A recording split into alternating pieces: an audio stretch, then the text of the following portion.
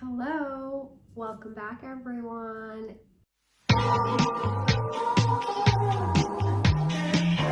And today we're gonna do a quickie. We're gonna do my December wrap up. Most of them were non-fic. Surprise, surprise. Number one, we had Down Below by Leonora Carrington. Leonora Carrington was a surrealist, painter, artist, author. Down Below is essentially her memoir-esque telling of the time she was institutionalized. She had a nervous breakdown after her lover was taken away and spent, I don't know, a couple months, maybe 6 months in a mental institution, and she narrates that period of psychosis and the electroshock therapy she experiences, and it's really wild because you're not given a lot of information, but the writing, the visual imagery is quite strong, and it was overwhelming to read, but it was definitely a good read. I want to check out her fiction next, and I do think that starting the month with that read is quite interesting considering how I end it, but we'll get to that in a little bit. Next up, I did Beowulf by the Seamus Heaney translation. So Beowulf,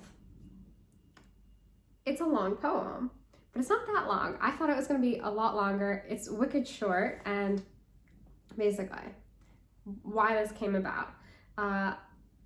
November, December time, we were getting a lot of videos. I know Kiran made some, and then Steve reacted to them, but we were getting all these videos about the classics that you need to read, and somehow Beowulf was just calling to me.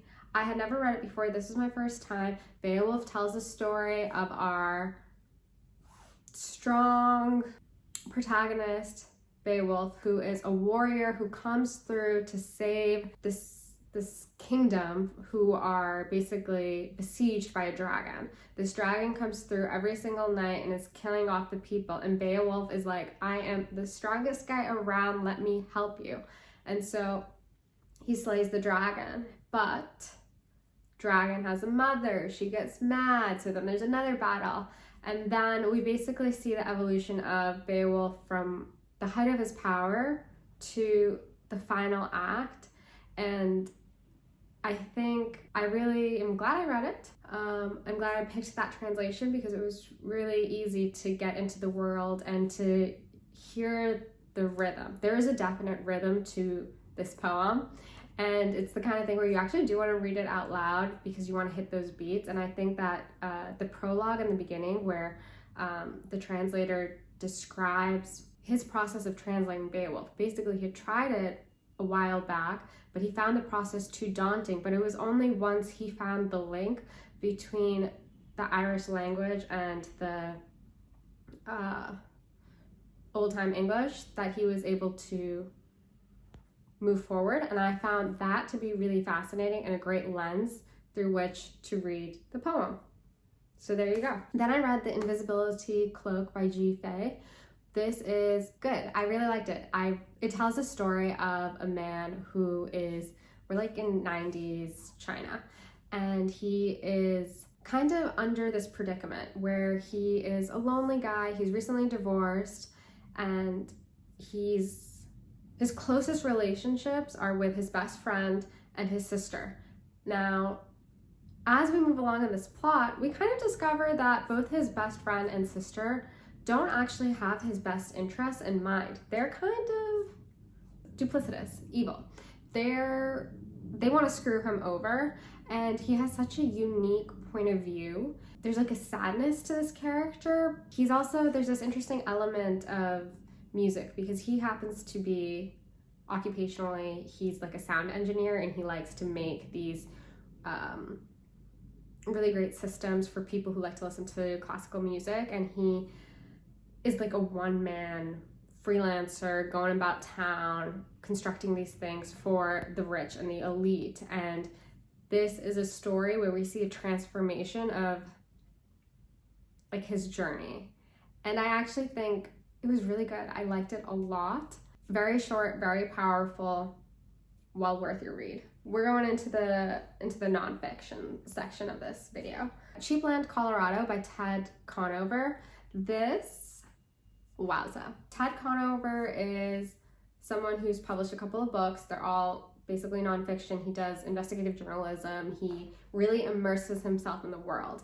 I think he was born and raised in Colorado, or like grew up there. He's spent time in Colorado, but he somehow gets fascinated by the people who are living on the edge, on the outskirts, basically like kind of on the plains. These people are enticed by the promise of land, cheap land. So you can buy 5 acres of land in Colorado, which even I'm enticed by this, but there's a lot of drawbacks. You don't have infrastructure. The material comforts that come through living in like the suburbs or in a city aren't available to you. And so he ends up, or initially he only wants to spend a little bit of time there, but as the book progresses, he ends up buying land, putting a stake into the community, having his own place, building a fence, doing all these things. And he is observing who are the people who come there. Why is it that they come there? And he's really like empathetic and understanding.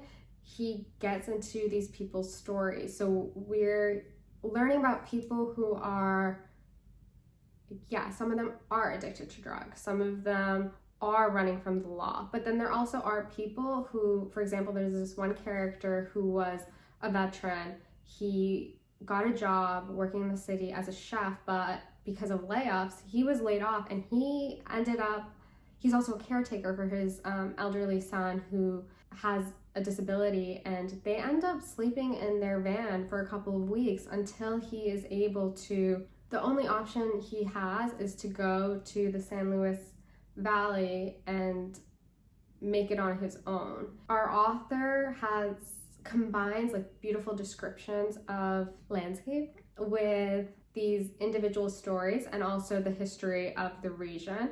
And it is a very American story in the sense that we're dipping our toes into like, what does it mean to pull yourself up by your bootstraps? What does it mean? What does Western expansion mean? Things like that. This is very enriching, and I definitely recommend this. Like, you should check it out. This is definitely one of the nonfiction books that I loved. I thought it was so well done. He brought to life the characters, the space, the scenery, and also the political and socioeconomic reasons why people do become off-gridders. And, you know, I think there's this expectation or this assumption that the people who do this are like crazy. And yeah, some of them maybe are, but I do think you have just so much more empathy, and you come away having read the book with so much more understanding about why people do this. And I think definitely give it a go, give it a read. Then for some reason, and I did this on Libby, I read 1421, The Year China Discovered America by Gavin Menzies. Now this came out in 2002, so there's probably some research that has happened since then that I should maybe check in on, but I haven't done that just yet. What this book is about, this is a nonfiction book that is shaking up everything you know about the discovery of America. Through extensive research, Gavin Menzies comes to the conclusion that China had basically traveled the world. Now, there's a couple of reasons why I found this book interesting. First of all, it does give the impression that sometimes certain ideas can only come to fruition through certain people. Gavin Menzies was a former Navy officer. He spent like the first 3 to 4 years of his life in China. He has this connection to both sailing and China. And through that, he's able to piece together how his knowledge of sailing inspires or like helps him further understand the primary sources. The things that I found the most interesting about this were more so the like cultural, almost anthropological stuff. When he describes the building of the Forbidden City and how the emperor at that time had this massive fleet of ships, these really, really big ships, like bigger than what we would expect, bigger than the ship that Columbus would eventually set sail on, like big ships. I really need to stress that point because it is stressed in this book. And so this emperor from the Ming Dynasty, his name is Zhu Di, he is a really interesting guy whose idea of colonization is different than the one that we know from the Western world. So he would send out his ships and kind of create these micro cities in the other regions that they would go to, and he would expect heavy tribute from the cities that he would visit. But he would form these like relationships, and then you would see how in his fleet there wouldn't just be Chinese sailors. There would be people from India, people from Japan, like all over, all the regions that he would send his ships to, they would accumulate more, such that the fleet would grow from having like, I don't know, maybe it started off with 20 ships, it would go to have 100. And every time they would go to a new destination, they would drop these markers and like carve out China was here essentially. And there's this one moment in the book where he describes how there was this one script that he couldn't understand, he couldn't figure it out what it was, and then through reaching out to a team in India, he discovers that it was actually an ancient version of Tamil, which is just like mind-boggling to think about what the world would have looked like had China continued to grow and expand. Basically what ends up happening is that there is a really, really, really, really, really bad storm, which basically like ruins half of the city that Zhu Di was building. As a result of that, he experiences a lot of backlash and dies. And then his son comes through to power, and they decide that in order for him to stay in power, it basically makes more sense for them to isolate themselves from the outer world, and he decrees that there will be no more fleets sailing out and about. So that puts such an end to the expansion and the travel that was happening at the time. They even go as far as to destroy most of the pamphlets or like history books, texts, documents that were showing all of these travels. I found that to be really interesting. I found that like medieval history so fascinating. I loved the details about how on the fleet there would be the concubines and how our author recreates what their life would have looked like. I really love those personal details. The actual like research of why it is, like the case that he's building, those kind of bits felt a bit dull to me, but he uses anecdotes about how he talks a lot about chickens, how the Asiatic chicken can be found in other parts of the world, and that can only be explained through this. And then he looks at vegetation and what was natural, what wasn't. There's a shipwreck off of California that has seeds that were only found in China, like things like that. Those definitely are interesting, but at times it's like, oh my god, so many details. He also describes how you can find like jade work in South America, which really shouldn't be there unless there had been this connect. So that was a really interesting thing. Then I read Sunday Best by John Carey.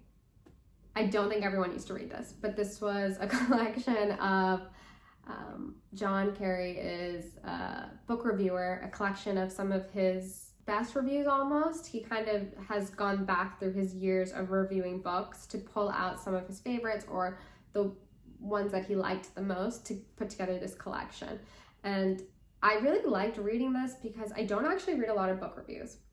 Interesting. And I found it to be interesting to look at the form of a book review and to see how is it that you entice a reader to pick up this book, and to see how John Carey, you know, he infuses his reviews. It's like a friend talking to you. It's like booktube, but 800 words.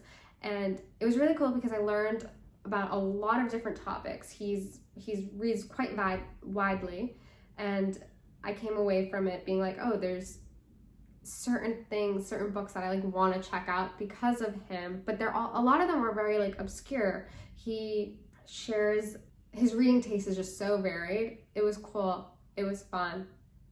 You probably don't need to read this, but I liked it. Finally, I ended the month with Strangers to Ourselves by Rachel Aviv.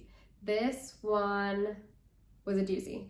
I did it on Libby, and I kind of wish that I had a copy of it because there was so much. I pulled out so many quotes. I'm still thinking about it, having finished it more than a week ago. Strangers to Ourselves is an interesting nonfiction book, which, though it's not memoir, it does have this memoir element because Rachel Aviv, our author, the book is split into 5 parts. She starts the book with an anecdote of her childhood, which describes a very unique experience that I don't think many people have. At the age of 6, she was diagnosed with anorexia and was hospitalized. And she is reflecting on that time and kind of thinking, she's asking questions. The most important one is, was she actually anorexic? She doesn't think she was, because the language that is used around anorexia, or rather with her case at that time, was, the individual who's anorexic is picking up language from the media about thinness. As a 6-year-old, she didn't have that language. Rather, her parents were going through a divorce, and she speculates the only way she could cope was to do something, to stop eating. Because once she's institutionalized, it's quite interesting. She ends up seeing some of the older girls who are about 13, 14, and she's 6, and these girls really take her in. But she starts to mimic some of their habits, things that she wouldn't have otherwise learned because she didn't have that language framework to understand how to be anorexic until she saw it and could mimic it. So that starts to happen, but also there's this interesting system in the hospital where the children are rewarded for eating. So if they don't eat at all for days, they don't get to speak to their parents on the phone, they don't get to see their parents. Now, after about a couple of weeks of this, one day she ends up eating and she's able to speak to her mother on the phone, and that, like this, turns a switch for her and she starts eating again so she can see her parents. And then once she leaves that situation, there's some odd behavior that she does exhibit, but with time, those kind of go away. And so she's looking back at that and being like, what happened there? The premise of the book is, what are the stories we tell ourselves and how do those affect our understanding of mental illness? Or rather, do those stories that we tell ourselves, do they impede us from recovering, healing, moving forward, or do they keep us stuck? She looks at 5 different case studies. She goes back to one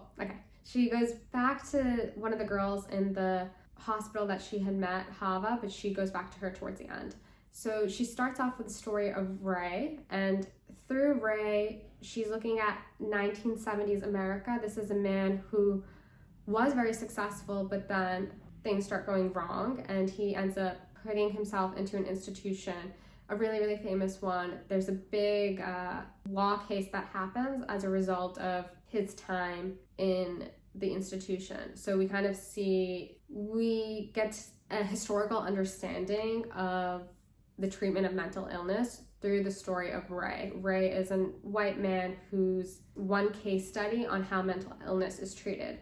We then move to the second case, which is the story of Bapu. Bapu was a middle-class woman in Tamil India who turns to faith and devotion in ways that disturb her family. And all of these characters that Rachel Aviv looks at, they all turn to writing. So she's able to look at their writing, their diaries, the memoirs they attempted to kind of tell the story. And she sees, what is it the language that they use? What is it the language, because she's also interviewing their family members, their doctors. What is the story that the other people around them were saying to describe them? Then we move forward to part 3, where we're looking at a Black woman who has a psychotic break, which causes her to attempt suicide along with 2 of her children. One child survives, the other doesn't. This woman is then sent to prison, and she's looking at her experiences, how the systems that we have in place aren't suited for minorities. Then we go to the story of I think her name was Lauren. She was a white woman, goes to Harvard. She goes on medication quite early in her life, around the age of like 18, 20. She's medicated for about like 10 years or something like that. And then she decides that she wants to stop taking her medication and see what's happening, see what's up. And through that case study, Rachel Aviv talks about how white women are over-medicated while black women are typically under-medicated. And she's kind of like, there's this parallel that's happening because we had that story of previous women, and then we're looking at Laura's, and we're looking at how they were treated differently. Through this section of the book, we also learned that Rachel and her friend group actually had this interesting desire to kind of all try medication to treat depression. Though I don't think Rachel Aviv goes as far as to say that she was depressed, but rather she started seeing a therapist and was kind of describing like a sort of anxiety, and he gives her a prescription and she starts taking it. Initially, they're like, oh, you know, try this out for 6 months, then we'll stop, we'll see what's happening. And through Rachel's experiences with the medication, she doesn't say it like this, but she feels the way it's described, it's almost as if the rough edges around her are softened and she's able to work better. She's able to interact with others.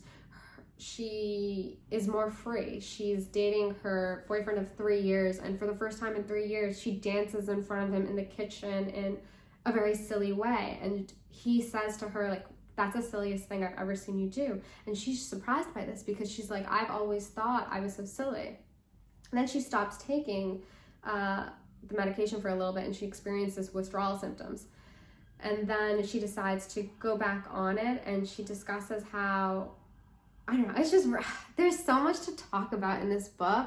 I think out of everything I've read Strangers to Ourselves, because you read it and you come away from it with so many more questions than you have answers. You really will have to like grapple with the realization that as individuals, families, friends, institutions, we are still so ill-equipped to help people in need. There's so much we still don't understand about what is mental illness, what causes it, how does one alleviate the symptoms of it, and I think we should all read it.